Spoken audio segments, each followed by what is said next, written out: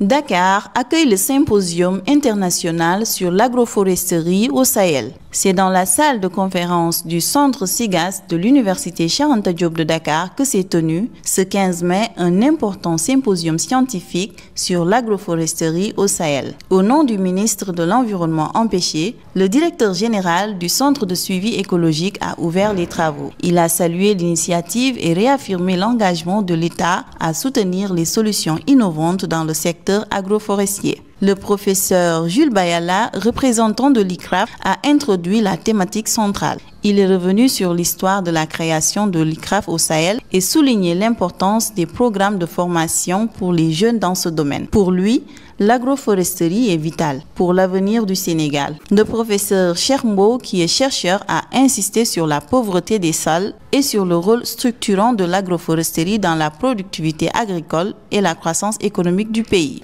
Quand on parle d'agroforesterie, c'est plusieurs types d'activités. Ce n'est pas seulement l'arbre au champ, les activités horticoles, la production de mangue, les productions des produits forestiers non ligneux sont toutes des espèces agroforestières. Donc l'agroforesterie, ça permet non seulement de sécuriser la production alimentaire, donc la production de céréales, la production d'arachides et de coton, mais c'est en même temps des sources de produits qui peuvent avoir une valeur marchande sur le marché.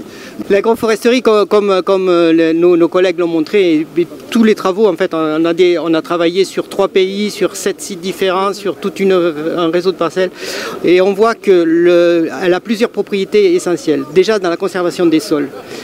Elle permet de lutter contre l'érosion, elle permet de maintenir toute la matière organique dans les sols qui est essentielle à leur fertilité. Et on voit très bien, et Chermbo l'a très bien expliqué, c'est que Dr Bayala aussi dans les exposés de ce matin, que si on enlève l'arbre de ce système-là, les sols se dégradent très très vite. Avec la participation de chercheurs, de producteurs, d'ONG et d'universitaires venus d'Europe et d'Afrique, le symposium a constitué une étape clé vers une transition agroécologique forte, inclusive et porteuse d'espoir pour les territoires sahéliens.